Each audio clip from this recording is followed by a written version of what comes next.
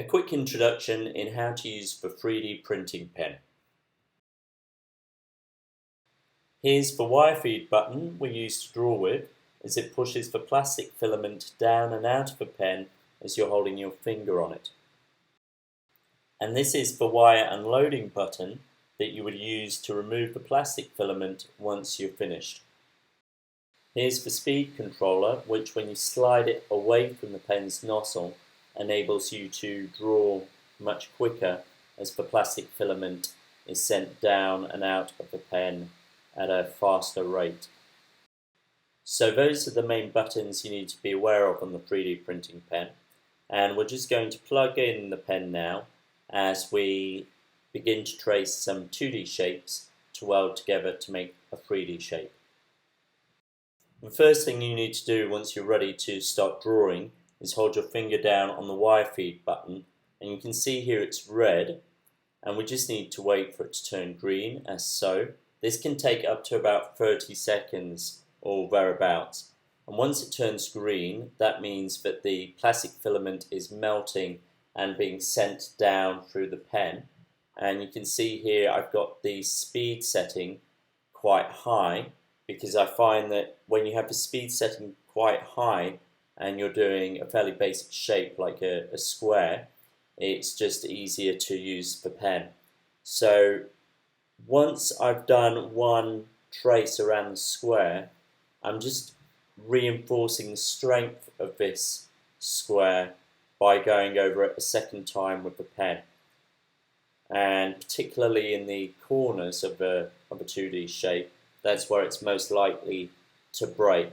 So just by going over a second time with the pen as so, as I'm doing now, it makes the shape much stronger once you remove it from the paper.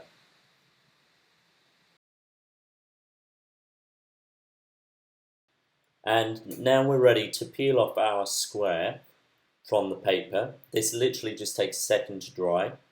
And then what we can do is trace over another square, because in this example we are completing a task in which we're creating a cube, so a 3D shape, out of our 2D squares, our 2D shapes.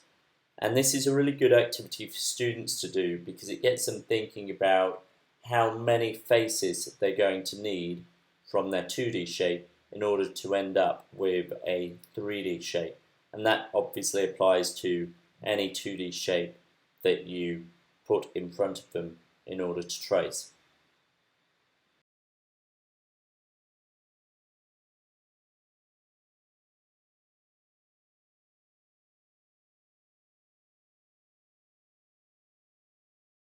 So finally we have our 6 faces, which we can use to make our cube. And the last step is to just weld these faces together. So taking the sides of each of the squares, just using the 3D pen as though it were like a glue gun, and just drawing in between the 2 squares at right angles to stick them together. This part is a little bit fiddly, so if students work in pairs for this task, it would make it much easier. So one is holding the shape while the other is using the printing pen. Once your students have completed the creation of their 3D shapes, you can challenge them with questions related to, for example, how many faces the shapes have, how many edges they have, or how many vertices they have, and so on. And the whole idea behind this 3D printing pen exercise is just to make these sorts of questions more meaningful and also easier to tackle. Thanks for listening.